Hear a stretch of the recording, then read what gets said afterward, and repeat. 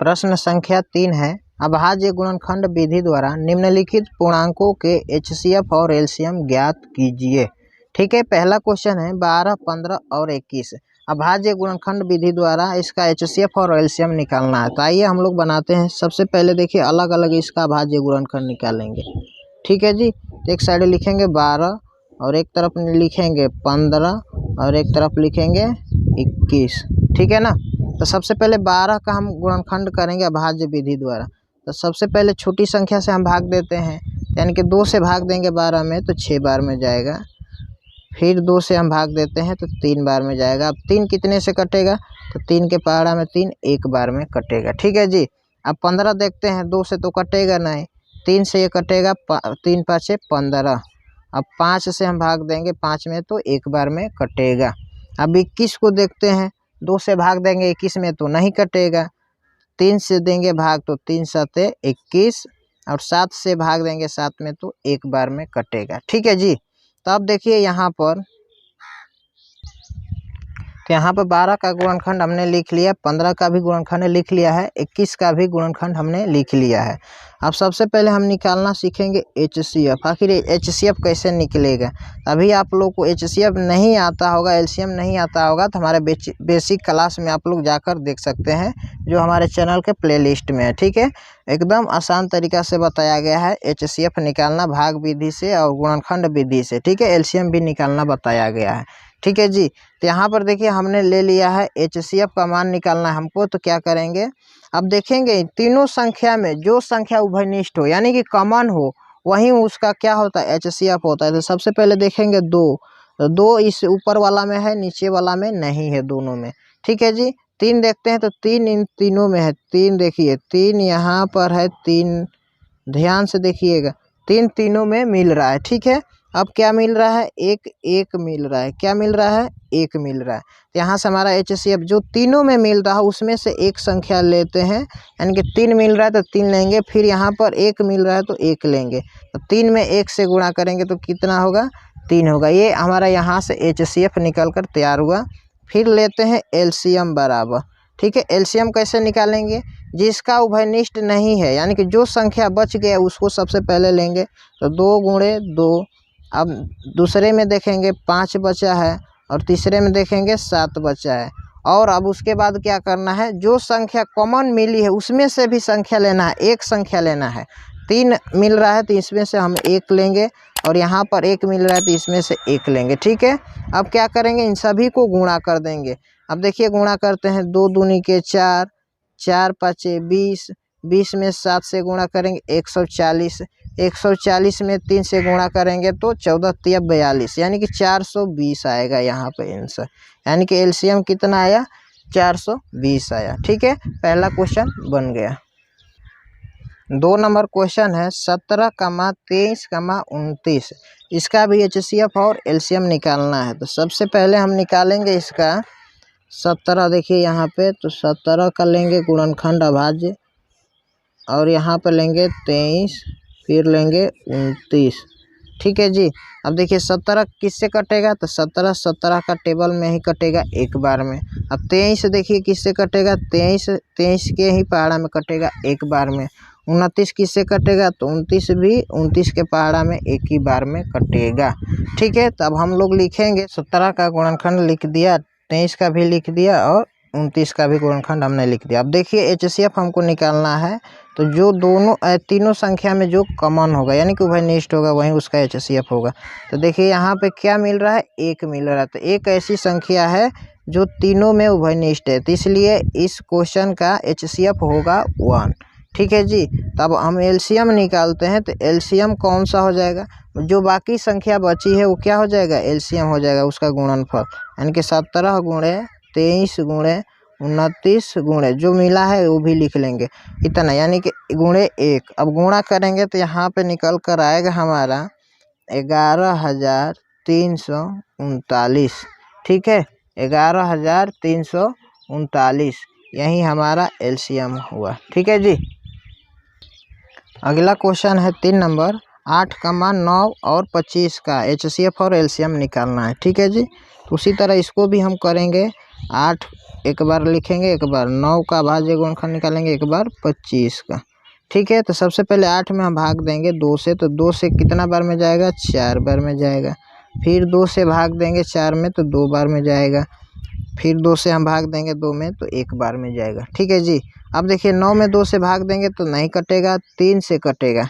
कितना से कटेगा, 3 से। 3 तिया 9। अब देखिए यहाँ पे 3 के पहाड़ा में कटेगा 1 बार में। अब 25 कटेगा 5 से, 5 चाहा 25, फिर 5 से कटेगा 1 बार में। ठीक है जी।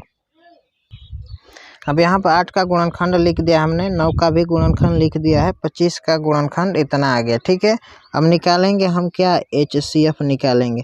तो HCF देखेंगे जो तीनों में उभयनिष्ठ हो, तो तीनों में क्या मिल रहा है यहाँ पे, देखिए 2 तो 1 में है, इन दोनों में नहीं है, 3 भी नहीं है, 5 भी नहीं है, यहाँ पे केवल 1 मिल रहा है। देखिए यहाँ पे एक ऐसी संख्या है जो तीनों में उभयनिष्ठ है, तो इसका HCF क्या हो जाएगा, 1 हो जाएगा।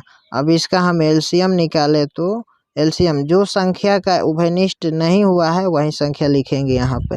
तो ऊपर देखिए 3 2 है, तो यहाँ पर लिखेंगे 3 2 गुणे, बीच वाली संख्या में देखेंगे तो यहाँ पर है 3 गुणे 3, और इसमें देखेंगे तो 5 गुणे 5, और जो कॉमन है उसमें से भी एक संख्या लिखते हैं। ठीक है जी। तो 1, अगर इसका हम गुणा करते हैं 2 दूनी के 4, 4 दूनी के 8, अतिरिक्त के 24, 24 तिया होता है 100, सॉरी 24 तिया 72, 72 में हम 25 से गुणा करेंगे तो आपका हो जाएगा 1800। ठीक है, ये इसका आंसर हो गया। यहाँ पे देखिए प्रश्न संख्या 4 है, HCF 306,657 बराबर 9 दिया है, LCM 306,657 ज्ञात कीजिए। यानी कि यहाँ पे HCF दिया है इन दो संख्याओं का और LCM पूछ रहा है। ठीक है जी। तो हम लिखेंगे सबसे पहले जो दिया है, लिखेंगे दिया है, क्या दिया है, पहली संख्या कितना है, 306 है, और दूसरी संख्या क्या है, दूसरी संख्या है 657। ठीक है जी। पहली संख्या 3 से 6, दूसरी संख्या 657। तब हमको पता है और एक चीज़ दिया है, HCF भी दिया है। HCF कितना दिया है, 9 दिया है। ठीक है ना। तो एक फार्मूला होता है दो संख्याओं का गुणनफल, दो संख्याओं का गुणनफल बराबर LCM गुणे HCF जी, होता है ना, यही होता है, इसी पर बन जाएगा। तो दो संख्याओं का गुणनफल, दो संख्या है यानी कि पहली संख्या है 306 गुणे दूसरी संख्या है 657। ठीक है जी। अब देखिए यहाँ पे LCM नहीं दिया है तो LCM ही लिखेंगे क्योंकि इसका मान निकालना है।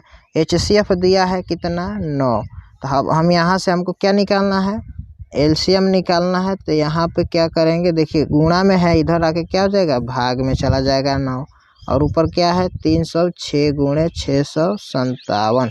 ठीक है जी।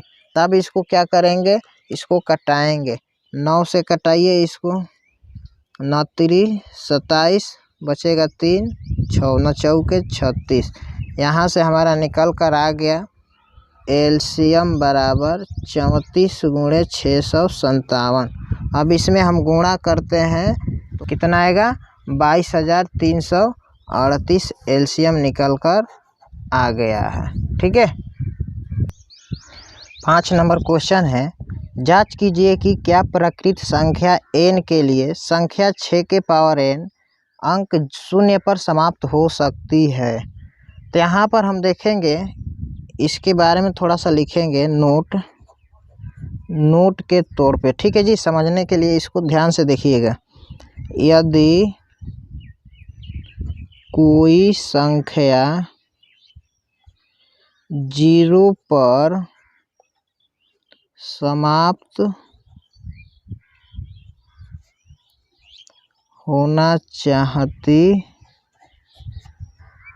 है तो उसका अभाज्य गुणनखंड, उसका अभाज्य गुणनखंड में कम से कम